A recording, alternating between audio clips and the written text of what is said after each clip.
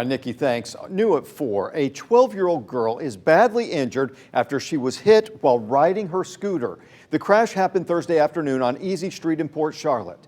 The woman who hit her is 45-year-old Arlen Salazar. She's behind bars, not for hitting the child, but instead for not having a driver's license. Wink News reporter Maddie Heron joins us now live in studio. Maddie, how's the girl doing today? Within the past hour, Wink News has spoken to this girl's father, and he tells us that his daughter still has not woken up from the crash due to the bleeding and bruising on her brain. But I want you to take a look at some of the pictures from the Florida Highway Patrol. You can see her red scooter laying in the grass. FHP says the girl rode it into oncoming traffic and was hit by this van. Just look at some of those dents in the front of the car as well as that windshield.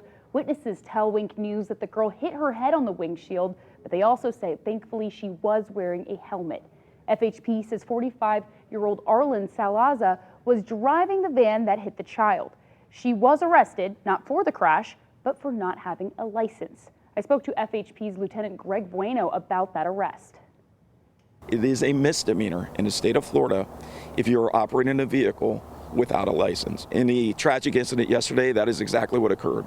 The driver was not licensed, to our knowledge was never licensed, was placed under arrest and booked into the Charlotte County Jail. FHP tells me once they arrested the driver for not having a license, they then sent the case to ICE to review the driver's legal status. As for the young girl, her father tells us doctors will try to wake her up soon. Back to you. All right, thank you very much. Crashes like these are becoming more common in Southwest Florida. A child on a scooter or e-bike hit by a car. In March, 14-year-old Clayton Miller was hit and killed by a car while riding his e-bike past a stop sign into the path of traffic. Then, nearly a year ago, 12-year-old Andrew Sullivan was hit and killed while riding his scooter on Crystal Drive in South Fort Myers. All these crashes and more around Southwest Florida involve people on e-scooters driving on the road.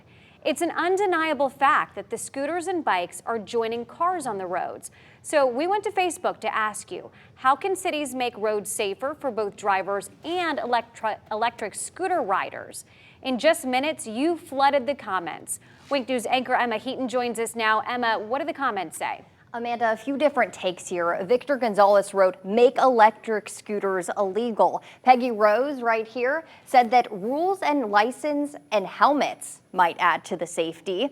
Sandy Negron said stricter enforcement of vehicle violations. Drivers need to be aware of pedestrians and cyclists within city limits. Kind of a mixed bag of comments here. Some wanting the electric scooters banned and others blaming the drivers. As for what some of the rules are now in Southwest Florida, generally, electric scooters are treated as e-bicycles and must follow all the same traffic rules other vehicles do. They can be ridden in designated bike lanes and on streets with speed limits of 25 miles per hour or less. And while e-scooters are allowed on sidewalks in some areas, riders must yield to pedestrians and provide an audible warning before passing. But each city can have its own rules. Several cities here in Southwest Florida have either banned or heavily restricted e-scooters.